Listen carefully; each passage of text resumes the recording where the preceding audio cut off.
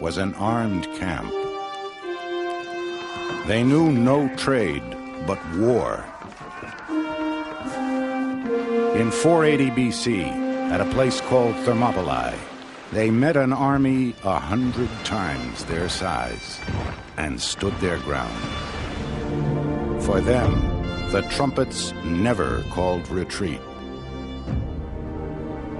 Their name has become a synonym for hardship willingly endured and death stoically faced.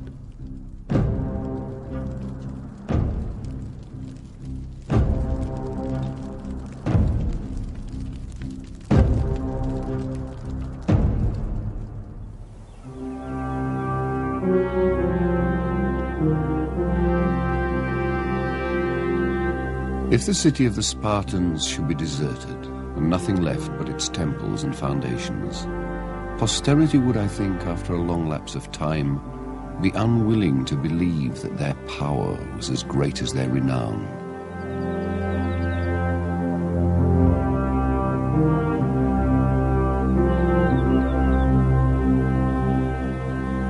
There are few monuments left to the mightiest state in ancient Greece. For the Spartans were defended not by walls, but by their warriors. A city well fortified, surrounded by brave men, and not by bricks.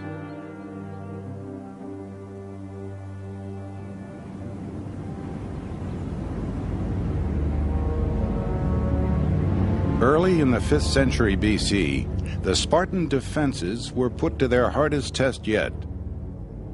The Persian king Xerxes, who ruled the greatest empire in the world, schemed to make it greater still by conquering the city-states of Greece. Invaders had long been drawn to the fertile valley of the Spartans, just as the Spartans themselves were centuries before. They were shielded, however, by their mountains and the sea. The true menace to Sparta lay within. Helots, they were called, captives. They were here before the Spartans, and they outnumbered them. But now the Helots toiled like sharecroppers.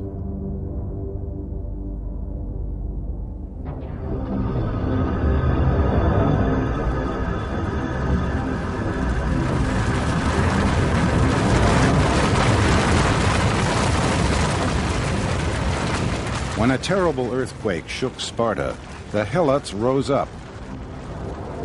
The revolt took several years to quash. Ever since, the Helots were kept in check by Sparta's soldiers, who went among them to kill the disloyal. Hostile to outsiders, fearful at home, Sparta was a regime like no other in history. Forever under the cloud of war, the entire nation lived like an army.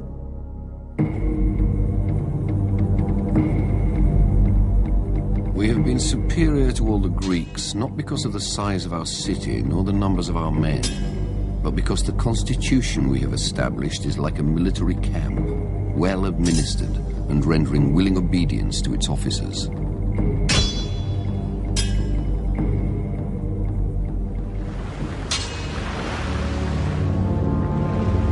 When the Persians marched on Greece, Sparta and its rivals ceased fighting among themselves. A small force, including 300 Spartans, was dispatched to hold off the Persians while the city-states organized. Among them, a warrior named Aristodemus. Like the others, he had prepared all his life for war, beginning at birth.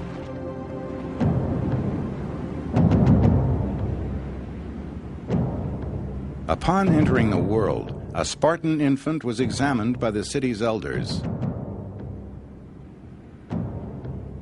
If it was not healthy and sturdy, it would be flung into a ravine on Mount Aegatus and left to die.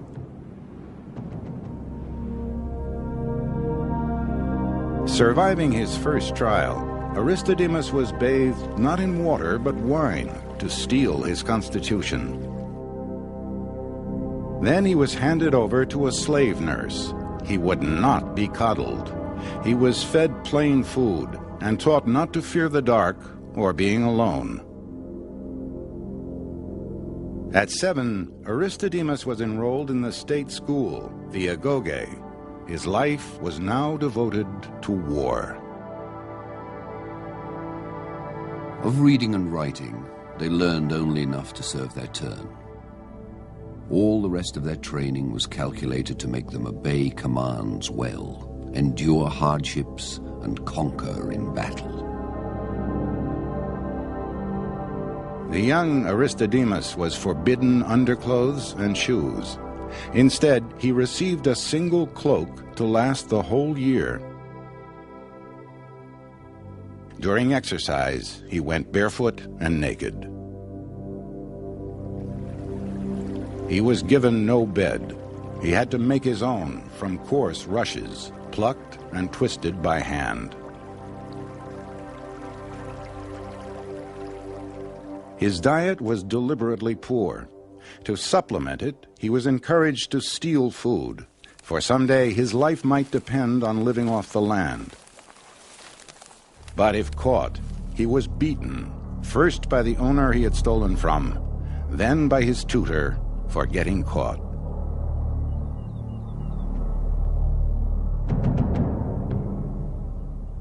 At 12, Aristodemus began training with weapons: the sword, the thrusting spear, and the bulwark of the Spartan army, the shield.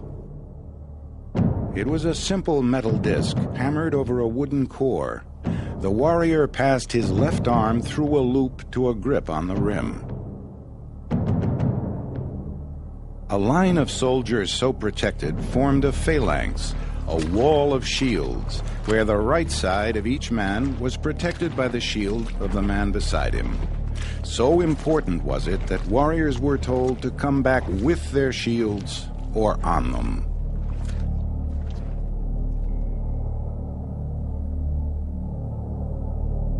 At 20, Aristodemus faced another rite of passage, the privilege of joining a mess. The messmates contributed monthly a bushel of barley meal, 8 gallons of wine, 5 pounds of cheese, 2.5 pounds of figs, and a very small amount of money for such relishes as flesh and fish. For a Spartan warrior, belonging to a mess was not only a symbol of status, it was status itself. A man without a mess was like a soldier without an army. Still, the mess itself was as austere as the Spartans. A visiting foreigner thought the food so bad that he is said to have remarked, "Now I know why the Spartans do not fear death." In the mess and the barracks, bonds were forged that could not be broken on the battlefield. Training together, eating together, sleeping together, comrades became friends and lovers. No greater glory could a man seek than to die in battle for the one he loved. Aristodemus could now also take a wife, but marriage would not change his routine. After supping at his public mess table as usual, he slipped stealthily into the room where his bride lay, loosed her virgin's robe, and bore her in his arms to the marriage bed. Then, after spending a short time with his bride, he went away to his usual quarters, there to sleep alongside the other young men. Only at age 30 did Aristodemus reach the last stage of Spartan education. He was now an equal. For the rest of his life, an equal devoted himself to affairs of state and the art of war. He could choose to live with his family if he had one, but he could not farm or trade. Such work was left to others. The result, an army that could outdrill, outmarch, and outfight any other.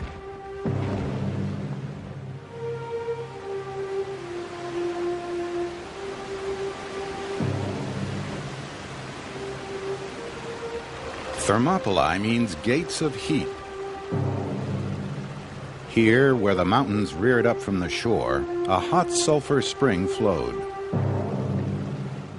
In time, the sea would ebb and expose a plain nearly a mile across. In the days of Aristodemus, Thermopylae was a narrow pass, wide enough for only a single cart. Through this bottleneck, Xerxes would have to march. It was blocked by the Spartans.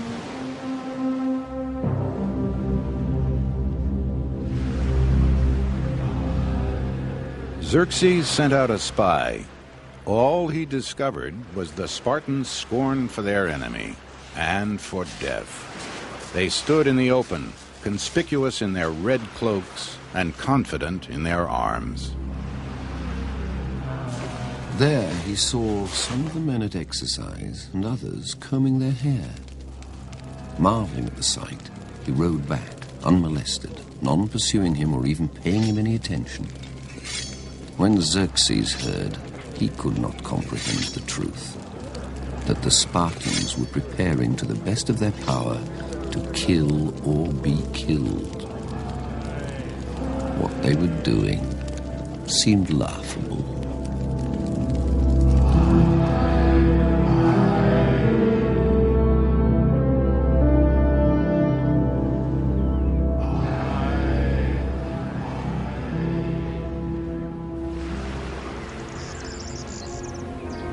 Xerxes commanded a huge army, 200,000 strong. Such a host, he imagined, would sweep the Greeks aside. He didn't know the lay of the land or the way of the Spartans.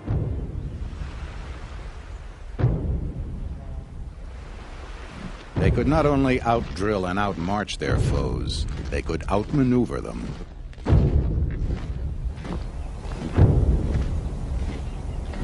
Spartans fought in platoons of 24 men called sworn bands. Small, mobile, and fiercely loyal. Aristodemus would serve in the same band throughout his career. At 55, he would retire, and a new man would take his place. For this family of comrades, each man was sworn to fight and die.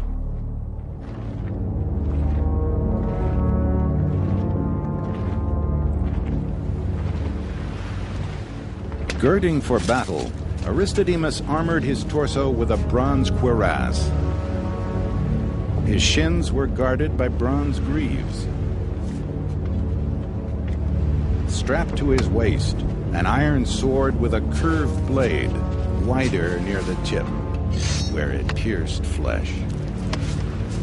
Their heads were better protected than most warriors by a crested bronze helmet that exposed only the eyes. Beneath it, their long hair spilled out, a privilege of veterans and a sign of prowess.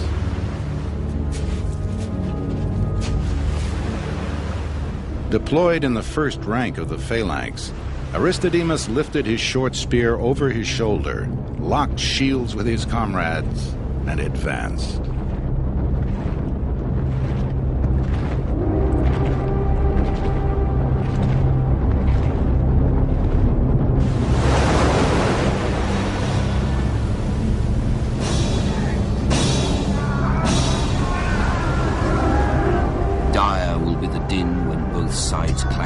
Shield against rounded shield, and awful shrieks as they fall upon one another, piercing men's breasts with the spear. And not a bit will they draw back from the pounding of the missiles. Nay, despite the battering of great hurlstones, the helmets shall abide the rattle of war unbowed.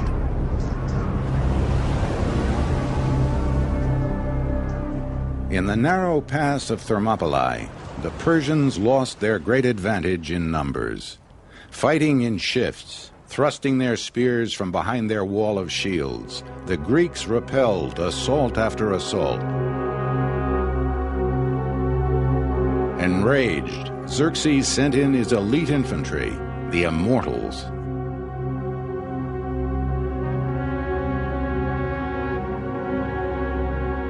The Spartan king Leonidas ordered the unthinkable: retreat. The Persians swarmed into the pass, and the trap. At a signal, the Spartans turned.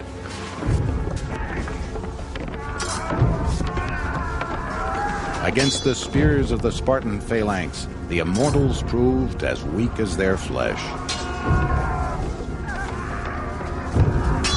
For 2 days, the huge Persian army was held at bay. Then its luck turned. A farmer revealed a path through the mountains. Part of Xerxes' army poured through it and emerged behind the Greeks. The position of Leonidas was now hopeless. He ordered his Greek allies to retreat. With his 300 Spartans, he would stand at Thermopylae against the entire Persian army and hold them off for as long as possible. In admiration, 700 troops of the city-state Thespiae stayed to fight alongside the Spartans. After the second day of battle, Aristodemus and another Spartan, Eurytus, had taken ill. Leonidas had ordered them to rest, but now the Persians were closing in.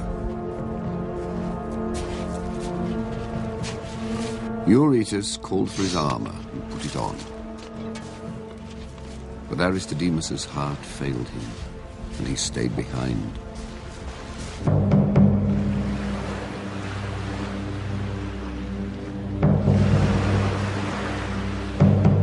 They now met their enemies outside the pass, and many of the barbarians were slain.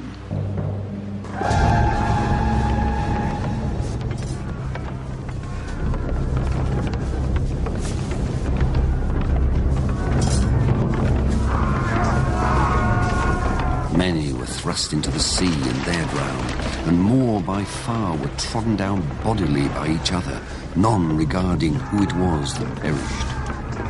For inasmuch as the Greeks knew that they must die by the hands of those who came around the mountain, they put forth the very utmost of their strength against the barbarians in their recklessness and frenzy.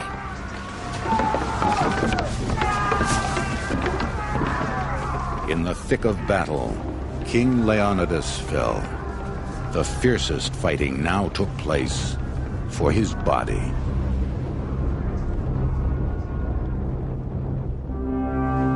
Their spears and their ranks at last broken, the Greeks withdrew to a hill for a final stand.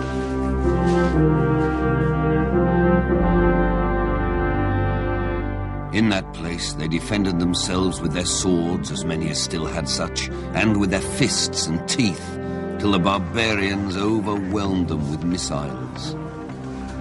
Thus did the men of Sparta and Thespiae bear themselves.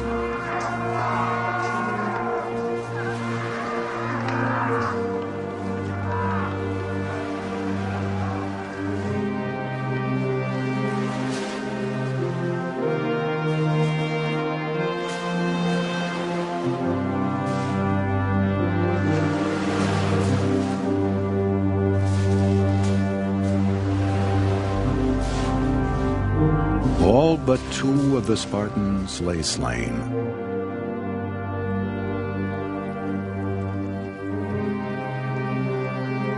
The poet Simonides composed an epitaph for the Spartan dead. O stranger, go tell the Spartans that here we lie, obedient to their laws.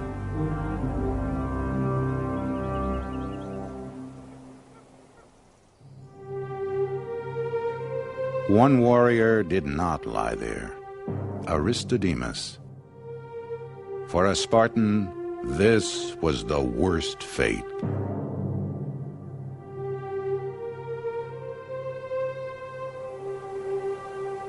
When Aristodemus returned to Sparta, he was dishonored. No Spartan would give him fire, nor speak with him. And they called him, for his disgrace, Aristodemus the coward.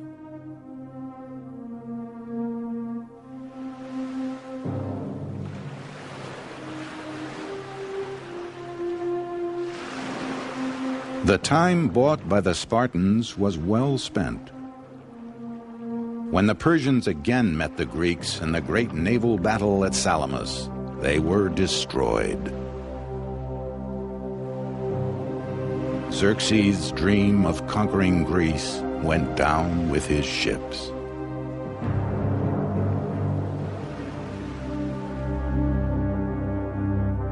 Aristodemus was a broken man.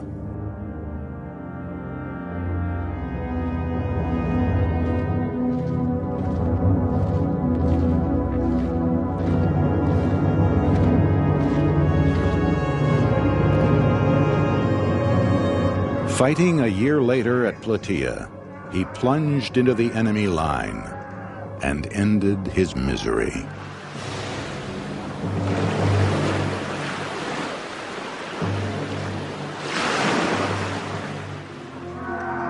For the next century, Sparta was the most powerful state in all Greece.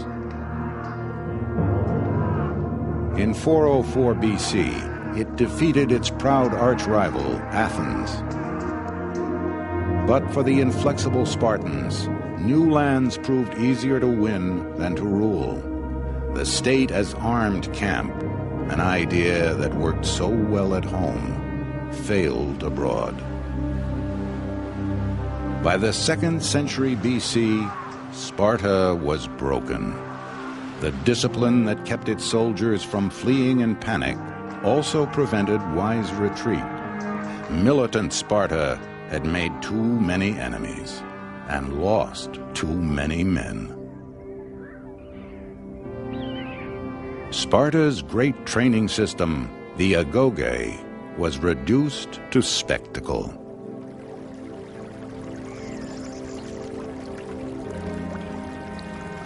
The boys in Sparta are lashed with whips during the entire day at the altar of Artemis or Thea, frequently to the point of death.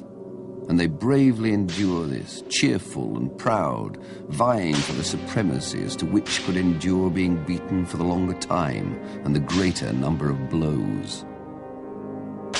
The one who is victorious is held high in repute.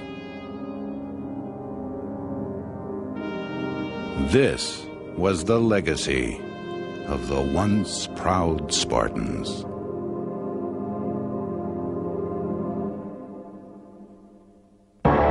Mors et vita duello, conflixerent mirando, sunt vitae mortuus regnat futur.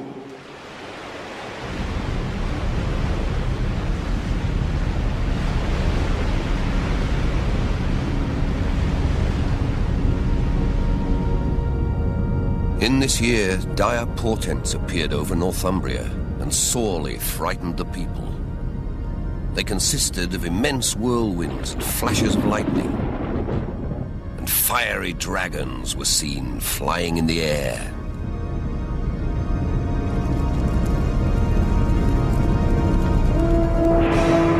A scribe records that in the year 793, marauders from the north crossed the sea to England and shattered the peace.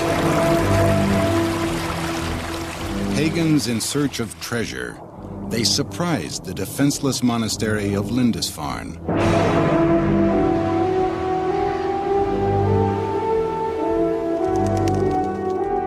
For Christian Europe, the blackest hour of the Dark Ages was about to strike.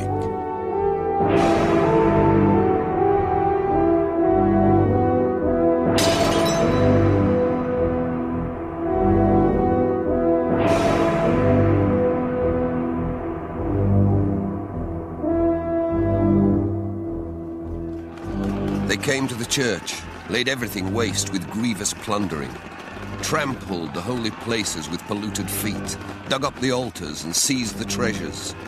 They killed some of the brothers, some they took away with them in fetters, and some they drowned in the sea.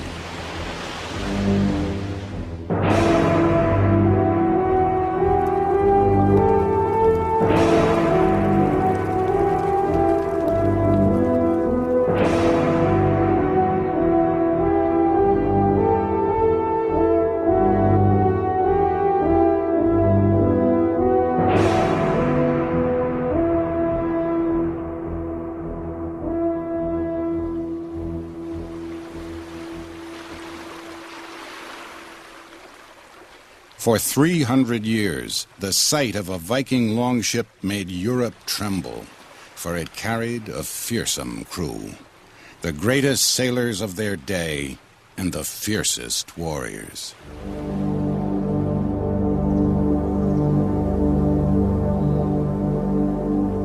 From the lands now called Norway, Sweden, and Denmark, young men sought their fortune at sea. Some went in peace to settle new lands, some went to trade, some to plunder.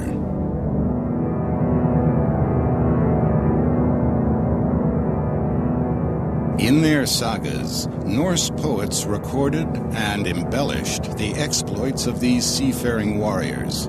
Men like Olaf the Stout, Ivar the Boneless, Eric Bloodaxe, and Thorfinn the Skull Splitter. And an especially cruel Viking called Egil Skallagrimsson, whose exploits have been handed down across 1,000 years.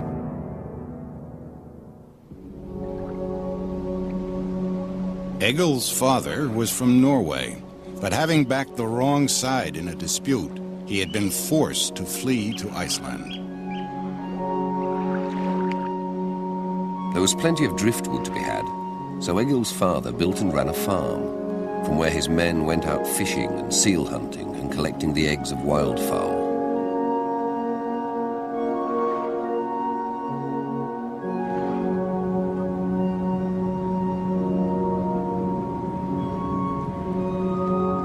Egil was born around 900 AD and raised in a small village. Just a few huts and longhouses.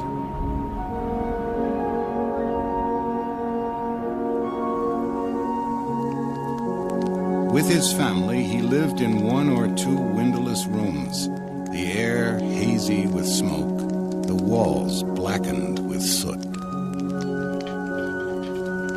An Arab trader from a more civilized land was shocked by some of the Viking customs he witnessed.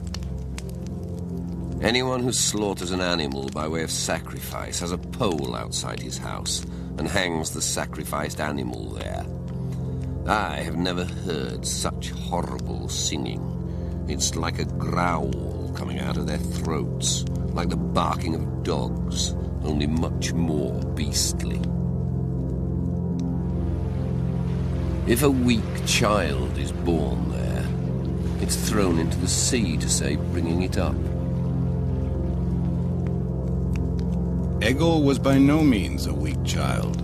Like other boys, he played at war and watched in awe as his elder brothers and his father went off each spring to adventures Egil could only imagine and envy. It soon became obvious that Egil was going to be just as black-haired and ugly as his father. By the time he was 3 years old, he was as big and strong as a boy of 6 or 7 years.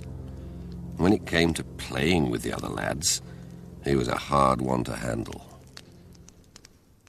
The saga records that at the age of 6, Egil lost a competition to a boy called Grim.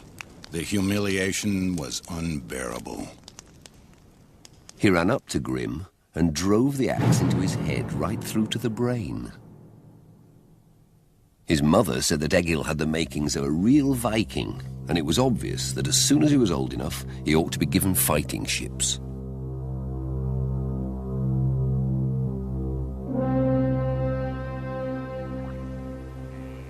In Egil's time, Christianity had not yet worked its way up the fjords of the Norse lands.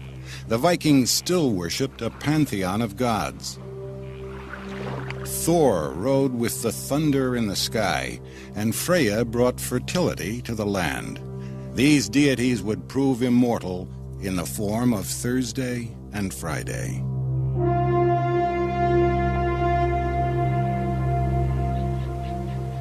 Warriors charged into battle, shielded by Odin, god of war. A Viking who died on the field joined the fallen heroes before him in Valhalla, a feasting hall of the other world. There he would celebrate his deeds on earth until the day when he would fight and die alongside the gods in mankind's final battle.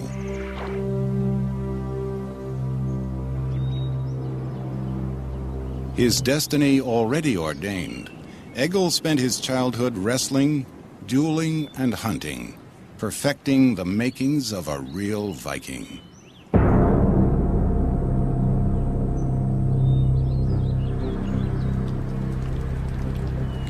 Egil impatiently awaited the first sign of spring and the chance to go to sea in a longship and go raiding. An elder brother owned such a ship. When he began to recruit men from the villages, Egil joined him. In spring, they started preparing a big longship, and as soon as everyone was ready, off they went.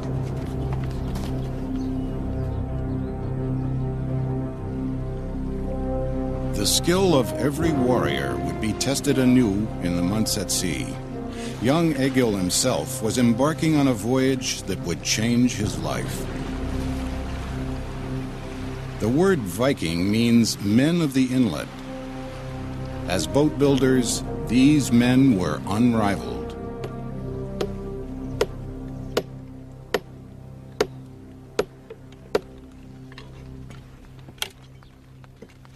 By late in the 8th century, when the Vikings swept down upon the monks at Lindisfarne, the Scandinavians had developed a craft that would change history.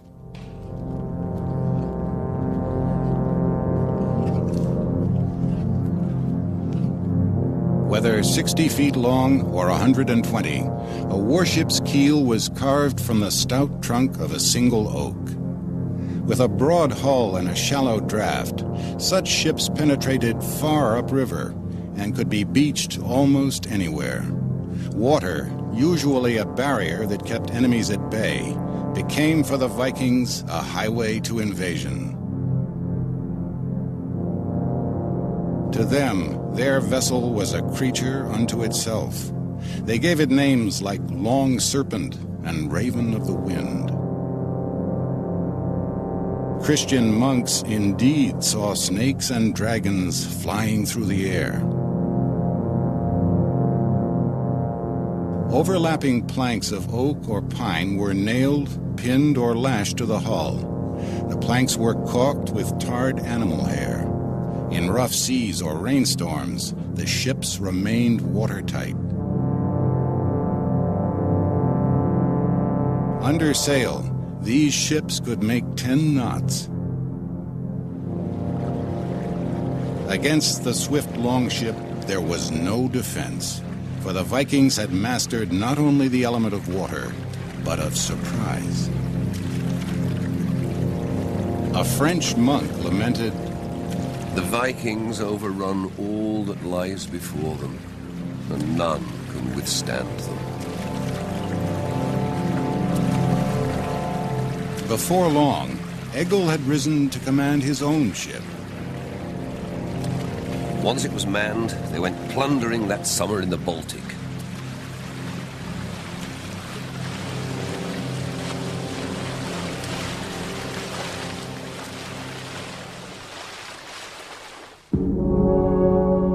During long stretches at sea, Egil and his crew would pass the time playing board games, such as Capture the King. In their sea chests, the men also carried a number of personal items, not the least their combs. English women appreciated the Nordic men because they combed their hair, washed every Saturday, and changed clothes often.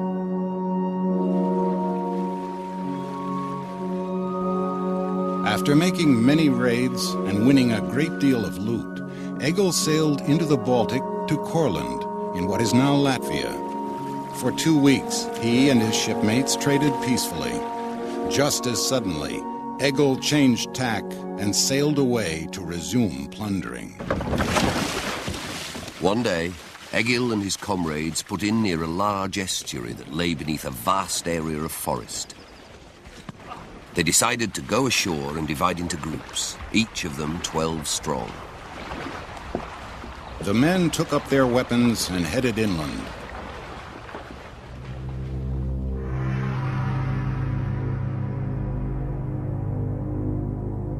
Egil carried an iron sword more than 3 feet long called Adder, a sleek serpent that unleashed death whenever it struck. It was light enough to wield in one hand, but strong enough that it would not shatter against a shield. Like most Vikings, Egil prized this weapon above all others.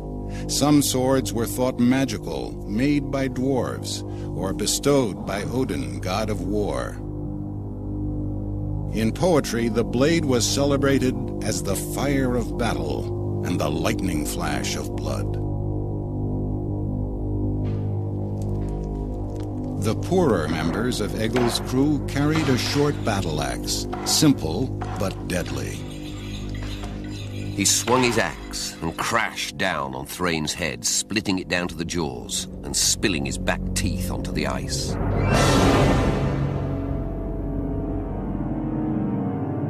Warriors who could afford to wore an iron helmet, which, despite legend, was never horned. The wealthy girded themselves with mail, made of thousands of interlocking links. And every warrior carried a round wooden shield.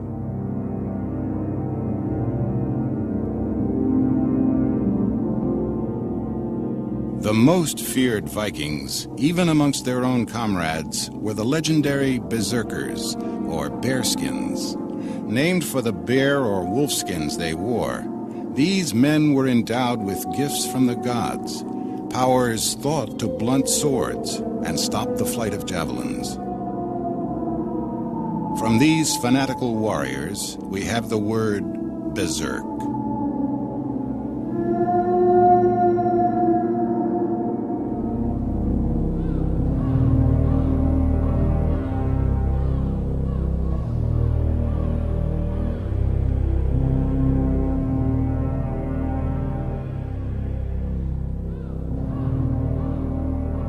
Egil had walked through the forest with his 12 men.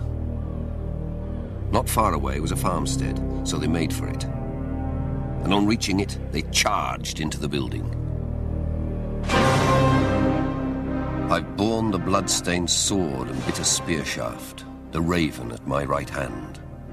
As we raiders strove forward, burning for battle, we made their barns blaze. Gory at their gates groaned those fast sleepers.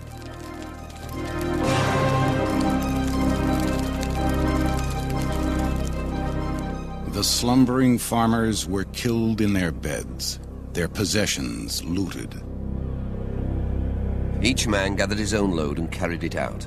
Egil picked up a big jewel case, and with that under his arm, he went with his men towards the wood.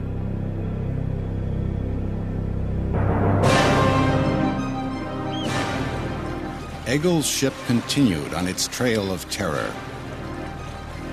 Late in the summer, they sailed for Denmark to lie in wait for trading vessels and plunder wherever they could. So it went, stealing treasures of silver and gold from helpless monasteries and taking slaves from coastal villages.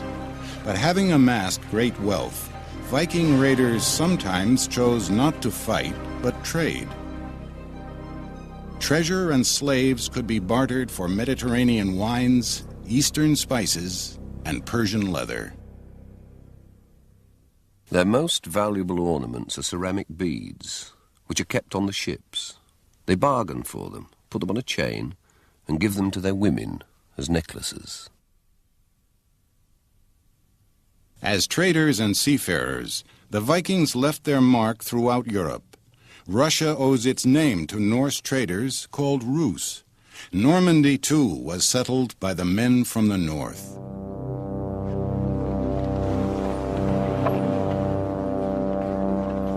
Settlements abroad grew. Vikings brought their families from across the sea and created towns like Kiev and Dublin.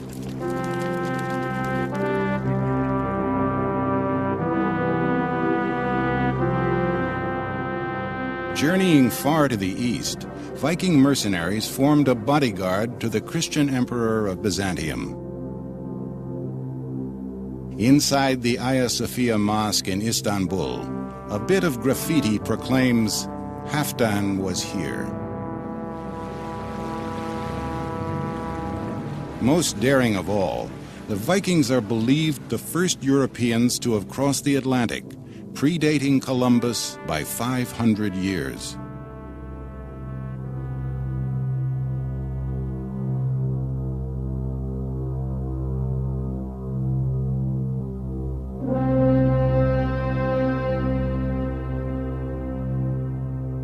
For Egil, the spoils of battle were plenty: silver, gold, and slaves. But rather than savoring his plunder, he was lured back to sea by the thrill of the raid.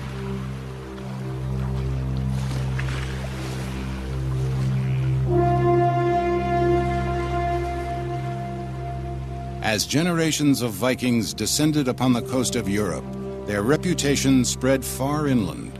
When the King of Scotland declared war against the King of England, England's Athelstan sought help from the very Norsemen who had raided his shores. One of his mercenaries was Egil.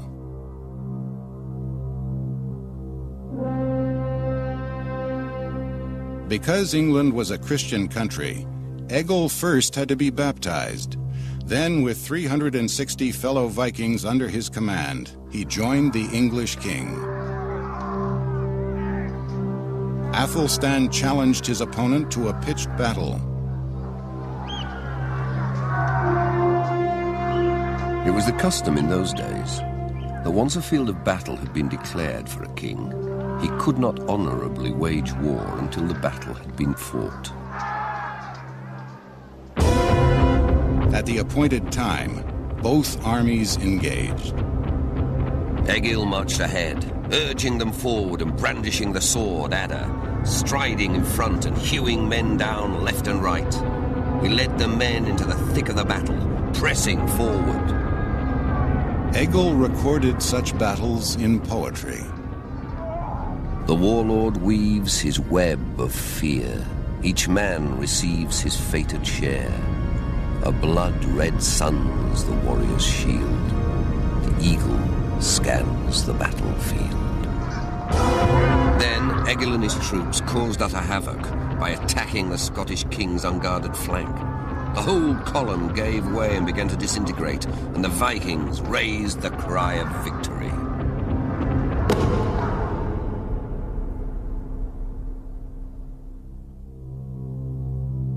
Toward the end of Egil's life, the Vikings once more came to England.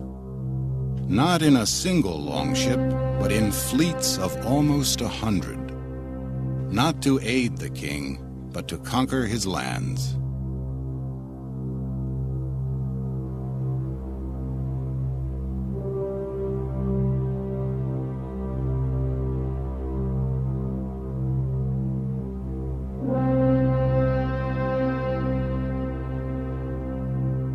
For this race of warriors, death came early through disease or battle. The warrior would be buried with his weapons and perhaps a prize horse or a favored slave girl.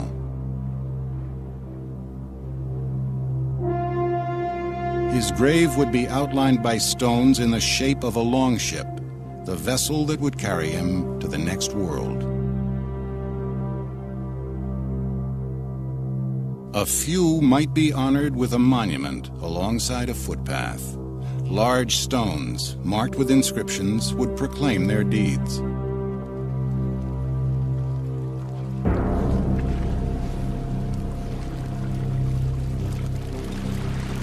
The greatest warriors received the highest honor of all, a boat burial, provisioned with riches for the journey to Valhalla. For Egil, death came slowly.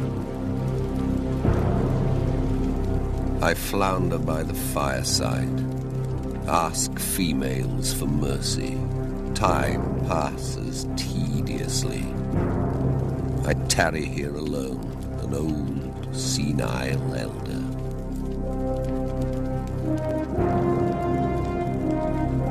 For the Viking way of life, too, death came at last. Old victims had grown strong, and old enemies had become friends. The Norsemen in Normandy, even the Danes in Denmark, would become strangers to